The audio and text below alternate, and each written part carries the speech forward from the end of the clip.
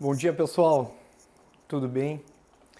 Bom, precisamos dar continuidade nos nossos trabalhos, tá? Semana passada enviei tarefas para vocês e material de leitura referente, então, aos princípios constitucionais tributários, aonde nas aulas presenciais nós já havíamos, então, finalizado.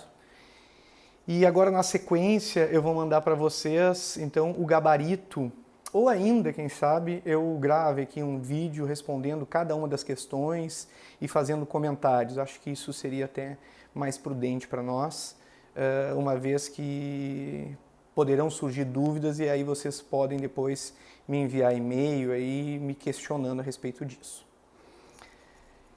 Gente, a gente está passando por um momento sem precedentes na nossa história, né?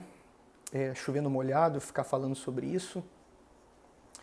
Mas, de fato, estamos passando por um momento crítico, tanto de saúde quanto da economia, e nós já estamos sentindo os reflexos disso tudo, tá? Para vocês terem uma ideia, hoje eu estou aqui no escritório, né? Eu continuo trabalhando, não normal, porque eu não estou atendendo público, estou trabalhando de porta fechada. A equipe toda aqui, que são quase 20 pessoas, estão fazendo home office, estamos apenas com uma secretária fazendo atendimento por telefone, e os sócios do MZ Advocacia, cada um na sua sala, então, fazendo trabalho, porque as coisas não param. Tá? Por mais que tenha uma diminuição aí do serviço, em especial em função dos processos judiciais, né? As consultorias seguem e seguem a mil essa época, tá? Em virtude de tudo que vem surgindo diariamente a respeito de medidas governamentais, medidas provisórias, decretos, a legislação que vem amparar esse momento. Então, de fato, eu não consigo parar totalmente, apesar de ter diminuído um pouco o ritmo, mas temos que seguir, tá bem? Então é o seguinte, gente, vamos propriamente para o que interessa nesse momento, tá? A ideia, então, é falar para você sobre imunidades tributárias. O que são as imunidades tributárias? Aonde que elas estão previstas? Imunidade tributária é uma limitação constitucional ao poder de tributar. Olha só o que eu estou dizendo. É uma limitação constitucional.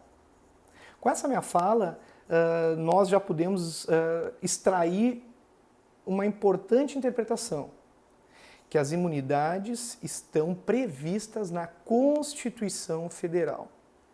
Não haverá, em hipótese alguma, a possibilidade de surgir imunidades por lei complementar, por lei ordinária, por decreto, por medida provisória.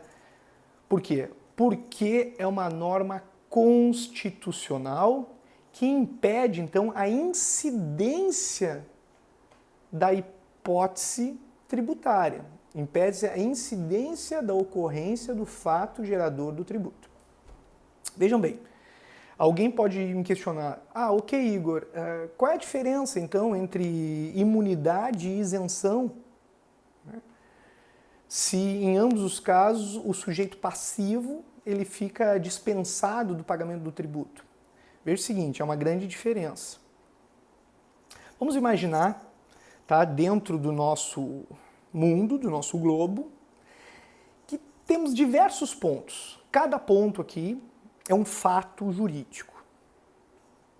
A norma constitucional, ela vai e coloca uma barreira em determinados pontos, em determinados fatos jurídicos. Estabelece um escudo. Este escudo impede, então, que uma lei, uma norma tributária, tribute estes fatos geradores. Ok? Agora, a isenção, não. A isenção, ela incide dentro dos fatos tributados. Então, nesse mesmo globo, nós temos diversos fatos jurídicos onde nós temos alguns fatos que estão protegidos por essa norma constitucional e todos os outros não estão protegidos, eles podem ser tributados. Daí as leis ordinárias e complementares de tributação, elas começam a incidir nesses fatos. Então, nesse fato está o oferimento de renda, está ser proprietário de veículo automotor, está ser proprietário de imóvel urbano ou imóvel rural, a prestação de serviço, a circulação de mercadoria. Vejo que são diversos fatos jurídicos que são tributados. E nesses fatos jurídicos que são tributados é que incide a norma de isenção. Então vem a isenção, olha esses fatos que são tributados e estabelece, sob determinado tempo ou sob determinadas condições, ou sobre ambos, não haverá incidência do tributo. Então veja que são situações completamente diferentes.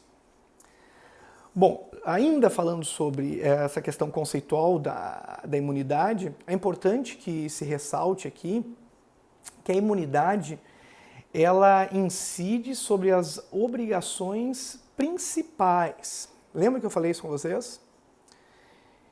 Em matéria tributária, nós temos dois tipos de obrigações: obrigações principais e obrigações acessórias. As obrigações principais é tudo relativo a pagamento de tributo. Então, seja pagamento, o desembolso propriamente dito, seja a multa em função desse pagamento ou os juros. Isso é a obrigação principal. A obrigação acessória é o que não envolve pagamento. É a emissão de nota fiscal, é o preenchimento de livros contábeis, ter o livro caixa, o livro razão, fazer balancete. Veja, são diversas obrigações acessórias.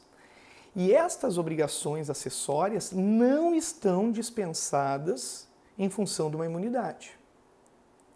Quer ver uma coisa? Lá no artigo 150, inciso 6º, está escrito assim, sem prejuízo de outras garantias asseguradas ao contribuinte, é vedado à União, aos Estados, ao Distrito Federal e aos municípios instituir impostos sobre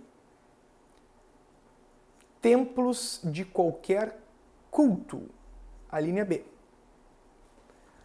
A Constituição Federal, então, determinou que sobre templos de qualquer culto, sobre patrimônio, renda e serviços, então, das religiões, não serão tributados por impostos. Mas isso não dispensa, por exemplo, as igrejas de ter um livro caixa,